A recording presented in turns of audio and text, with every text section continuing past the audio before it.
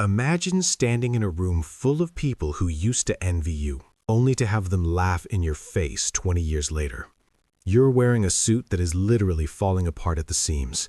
You are exhausted, your eyes burning from working 80-hour weeks just to keep your daughter's oxygen machine running. And the richest man in the room, a man who has never worked a hard day in his life, just spilled his drink on your shoes on purpose, waiting for you to clean it up. This is exactly what happened to Elias Thorne. They saw a janitor. They saw a failure.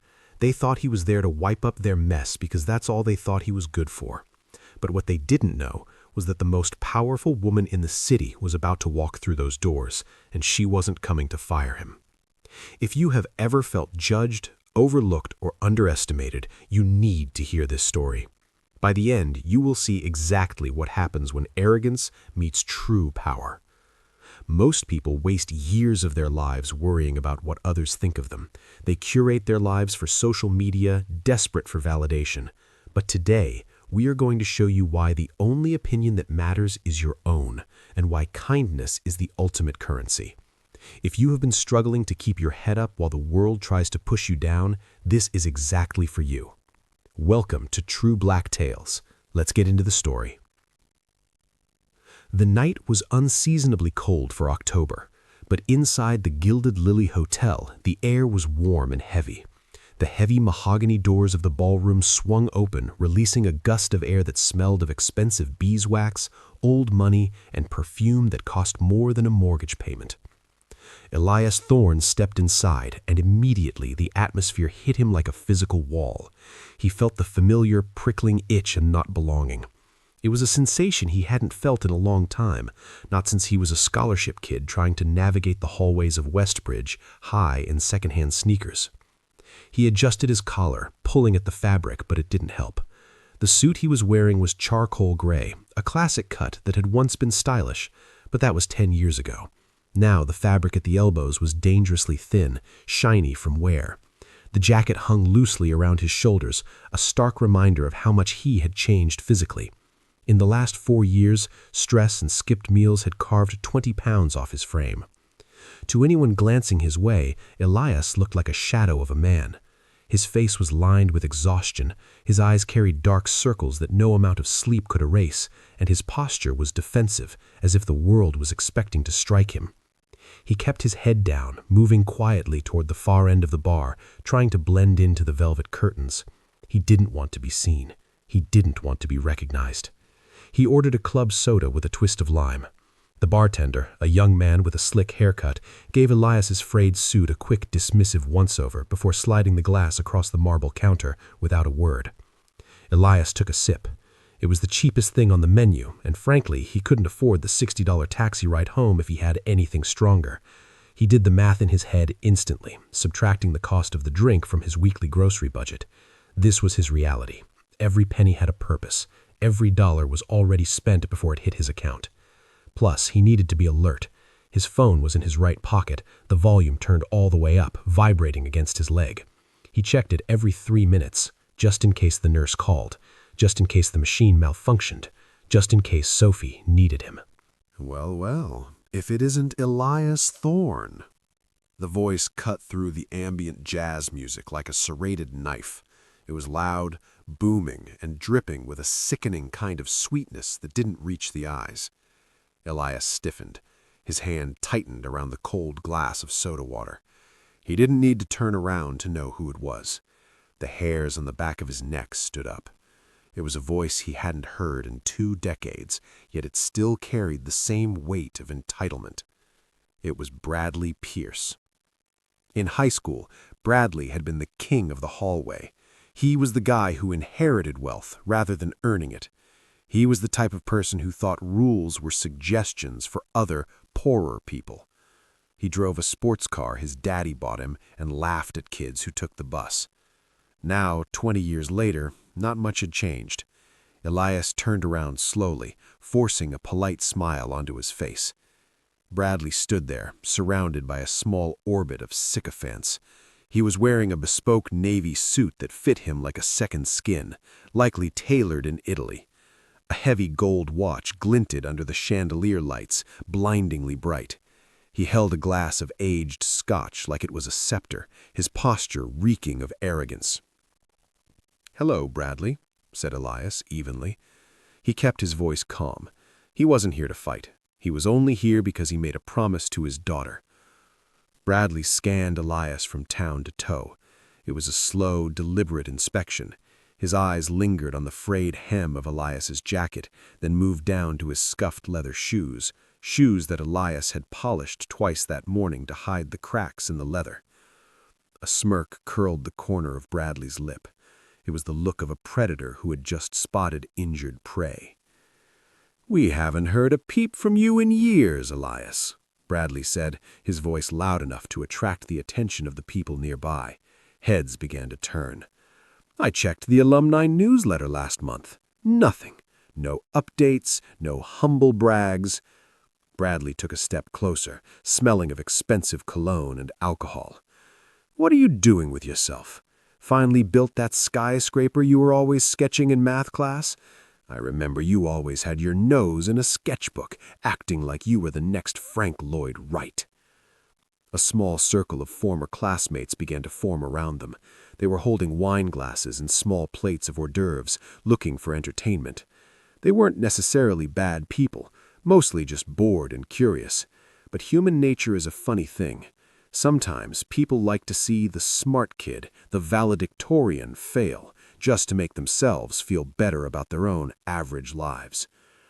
"I'm working in facilities management," Elias said, keeping his voice low and vague. He didn't want to elaborate. "At Hart & Co." Bradley paused. He swirled his drink. "Hart & Co? The developer?" "Yes." Bradley let out a bark of laughter that sounded sharp and jagged. "Facilities management? You mean maintenance?" The silence that followed was heavy. The jazz music seemed to fade into the background. "You're plunging toilets, Elias?" asked Bradley, his eyebrows shooting up in mock surprise, his voice rising an octave so the people at the next table could hear.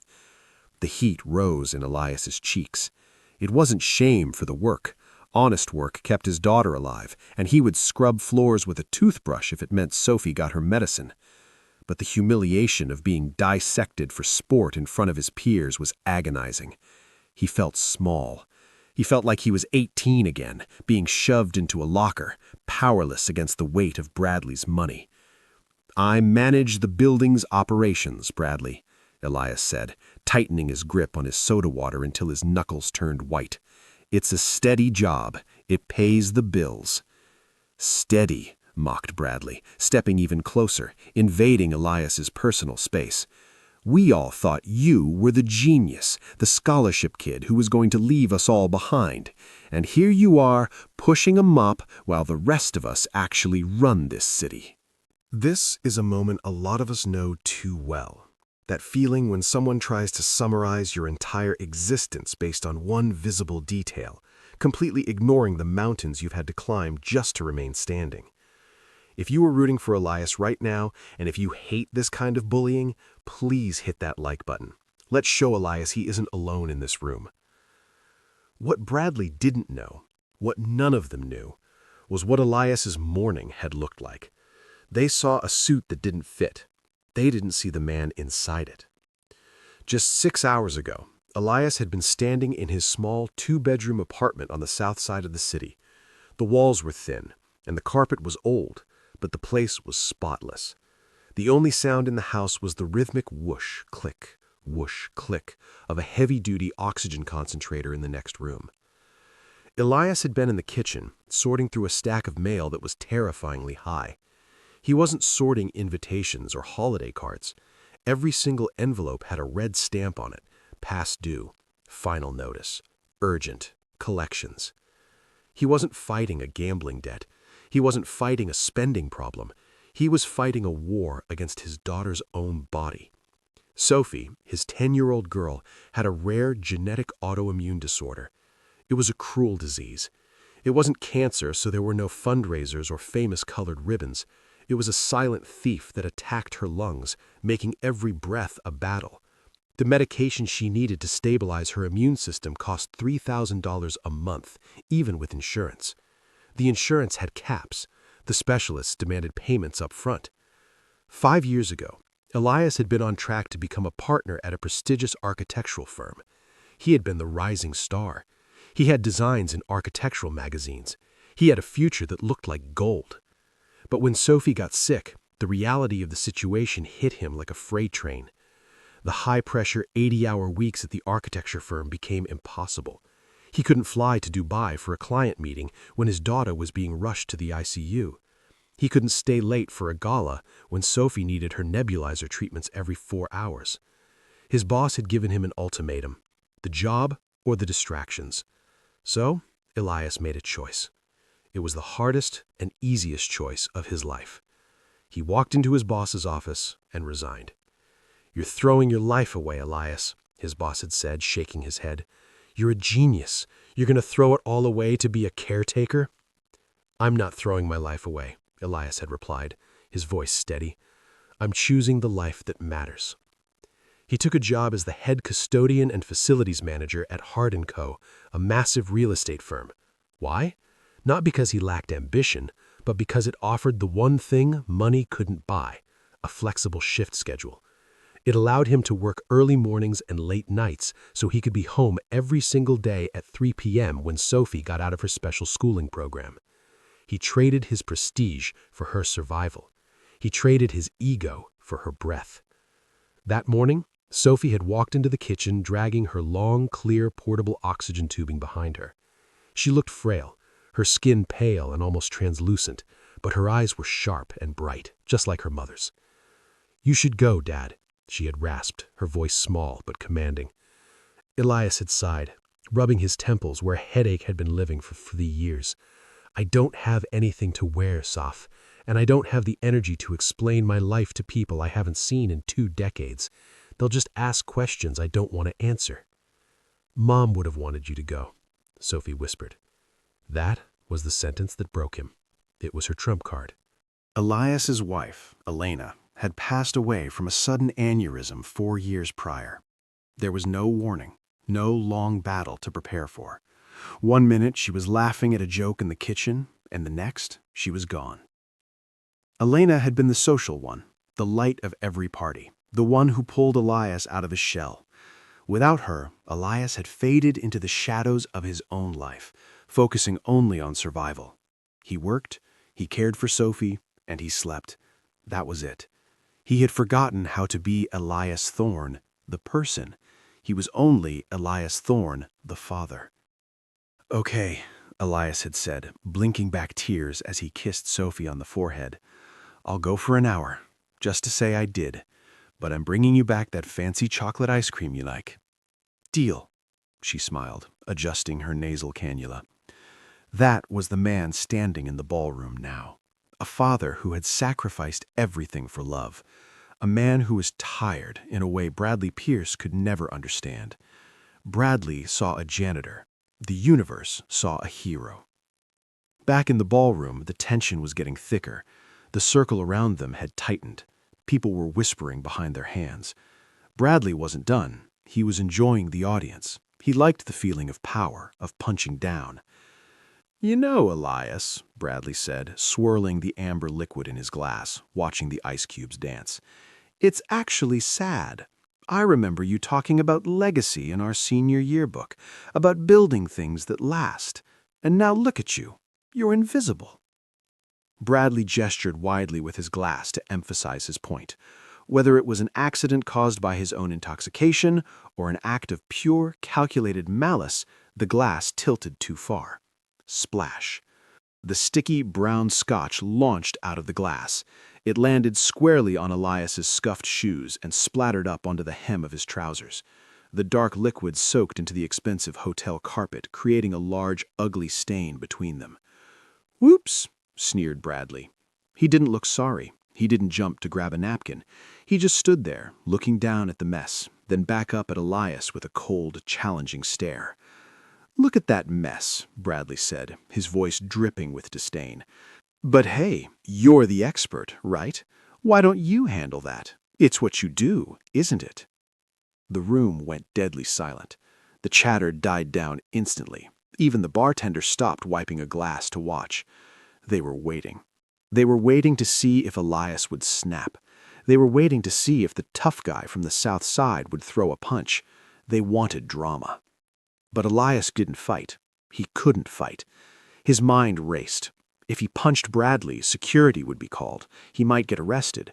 If he got arrested, who would give Sophie her 8 p.m. treatment? Who would fight the insurance company on Monday morning? If he made a scene, word might get back to Hart & Co. He couldn't risk his job. He couldn't risk the health insurance. He had learned over the last 5 years that pride was a luxury he couldn't afford.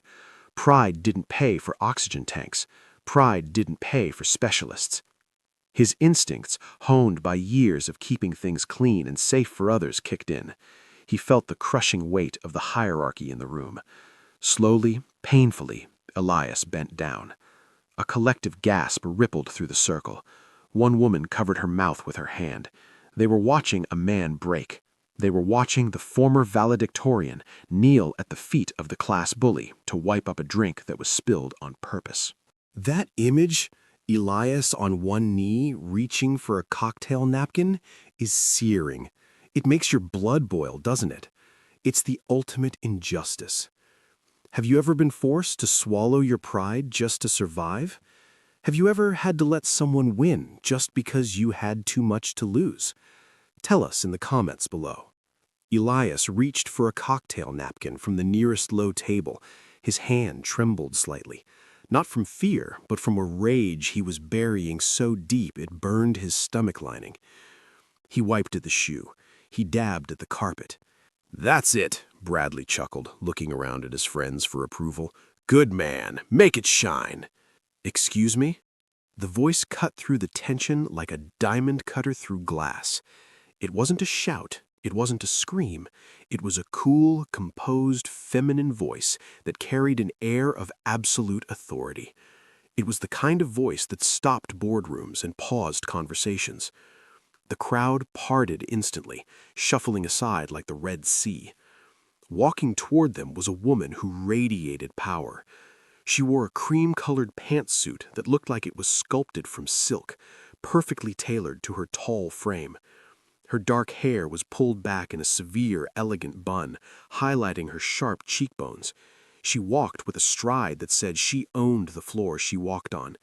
It was Vivian Hart, the Vivian Hart, CEO of Hart & Co., one of the most influential real estate developers on the East Coast. She was a celebrity in the business world, known for her ruthlessness in negotiations and her brilliance in urban design. She was also the guest of honor for the evening, having personally donated the funds for the high school's new science wing.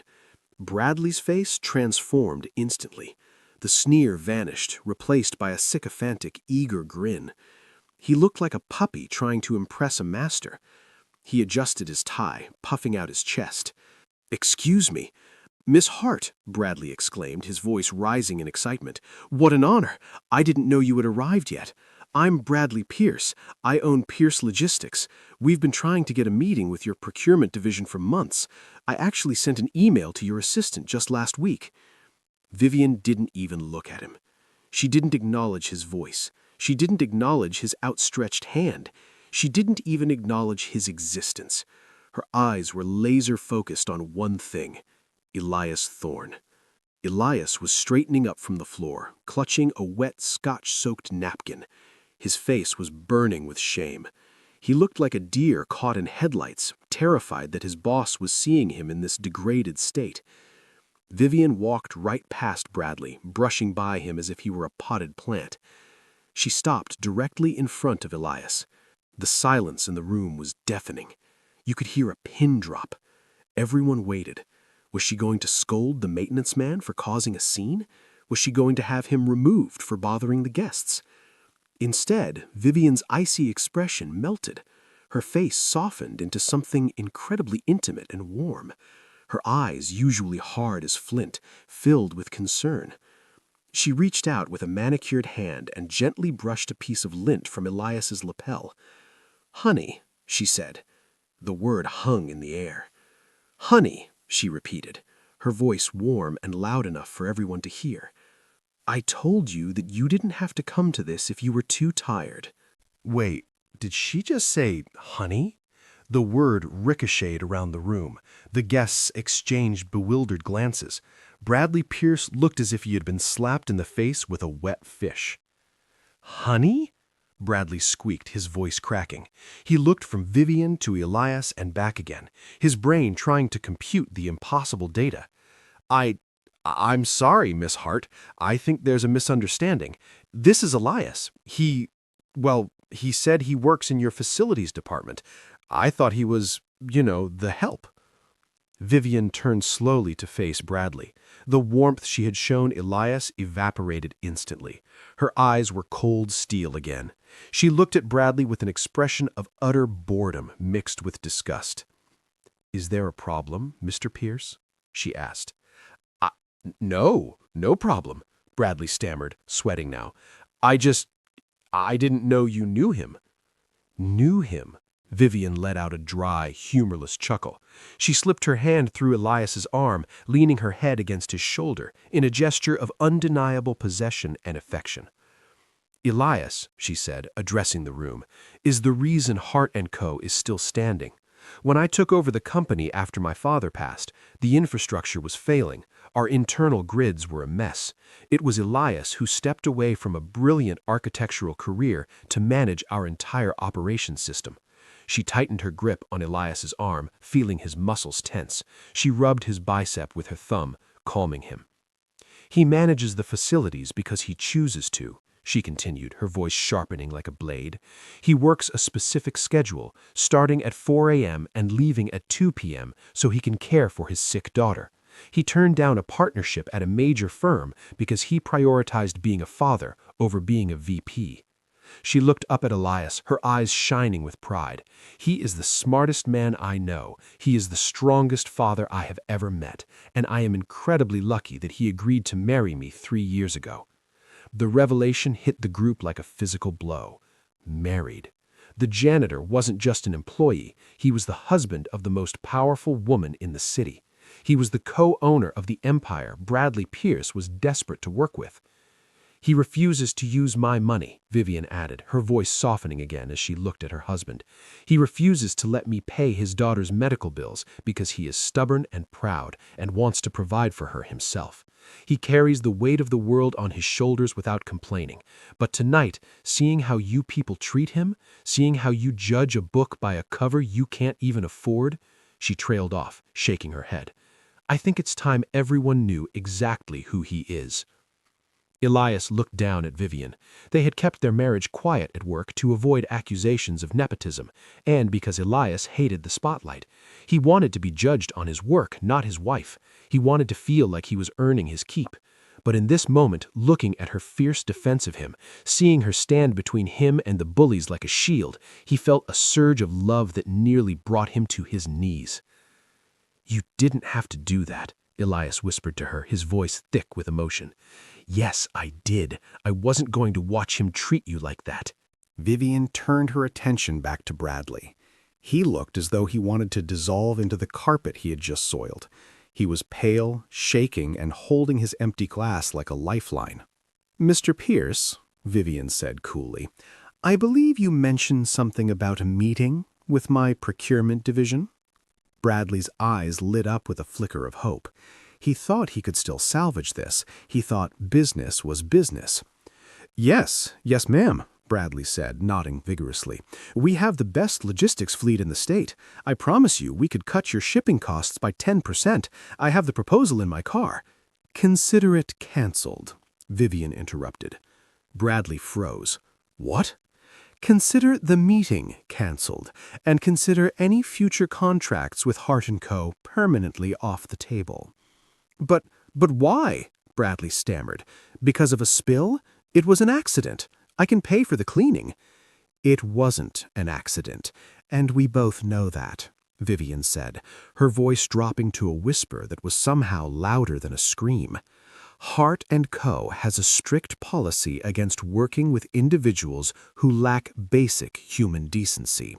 If you can't treat a man with respect because of his job title or because of the clothes he wears, you certainly don't deserve our business." She looked him up and down, delivering the final blow. "I don't work with bullies, and I certainly don't enrich the people who try to humiliate my husband." She turned her back on him. It was the ultimate dismissal. She didn't scream, she didn't shout. She simply took away the one thing he cared about, his status. She hit him where it hurt, his wallet and his ego. The circle of classmates stared at Bradley. The spell was broken. He wasn't the successful tycoon anymore. He was just a mean-spirited man standing alone with a stain on the floor. "Come on, Elias," Vivian said softly, tugging on his arm. "Let's go. Sophie texted me. She wants to know if we secured the ice cream." Elias finally smiled. It was a real, genuine smile that reached his tired eyes and transformed his face. The weight of the evening lifted off his shoulders. He looked at Bradley one last time.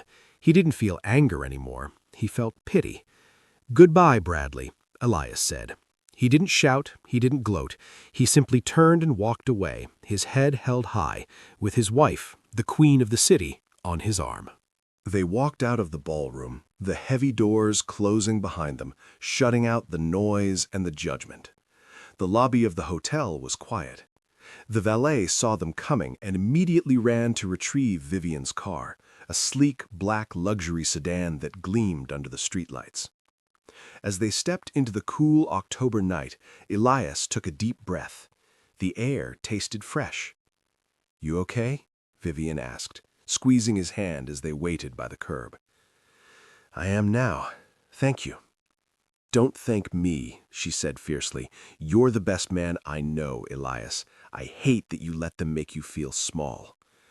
"I know," Elias said, looking at his worn-out shoes. "Old habits.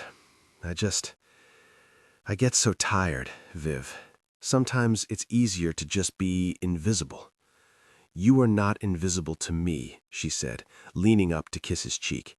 "And you are not invisible to Sophie." The car pulled up. Elias opened the door for his wife, then walked around to the driver's side. He preferred to drive. It gave him a sense of control.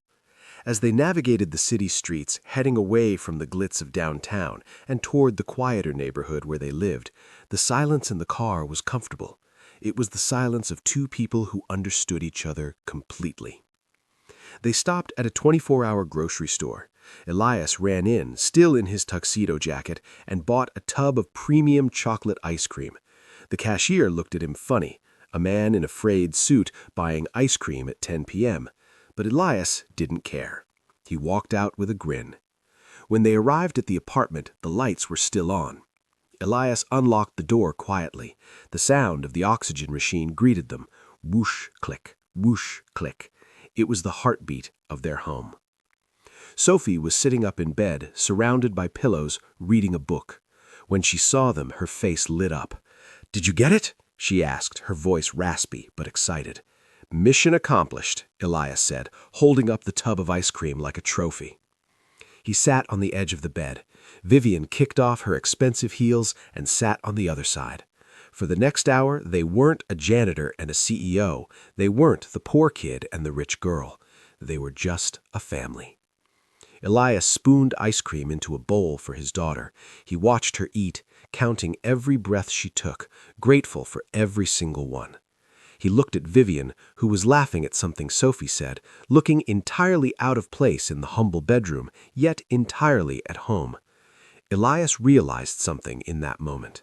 He wasn't the architectural star he thought he would be at 18. He wasn't a partner at a firm. He didn't have a skyscraper with his name on it. But as he sat there, surrounded by love, he realized he was something better. He was a father who had saved his daughter. He was a husband who was respected by a queen. He was a man of integrity who had walked through fire and come out the other side with his soul intact. "You know," Vivian said later, as they were turning off the lights, "you really do need a new suit." Elias chuckled, hanging his jacket in the closet next to his work uniform. "Maybe next year. Right now, I think Sophie needs new filters for her machine. We'll get both, Vivian said firmly. We're a team, remember? Yeah, we're a team. This story reminds us of a powerful truth. You can never judge a person's worth by their job title, their clothes, or their bank account. You never know the battles someone is fighting behind closed doors. You never know the sacrifices a father is making for his child. Bradley Pierce had everything money could buy, suits, watches, cars, but he lacked the one thing that mattered: character. Elias Thorne had nothing to prove to anyone but himself, and in the end, he walked away with everything. So the next time you see someone who looks like they are struggling, someone who is working a job you might think is beneath you, remember Elias. Remember that the person emptying the trash might be the strongest person in the room. Remember that kindness costs nothing, but it means everything. Thank you for watching this episode of True Black Tales. If this story touched your heart, please don't forget to like, subscribe, and share it with someone who needs a reminder of their own worth. Until next time, keep your head up, keep fighting for the ones you love, and never let anyone make you feel small. You are the author of your own story. See you in the next video.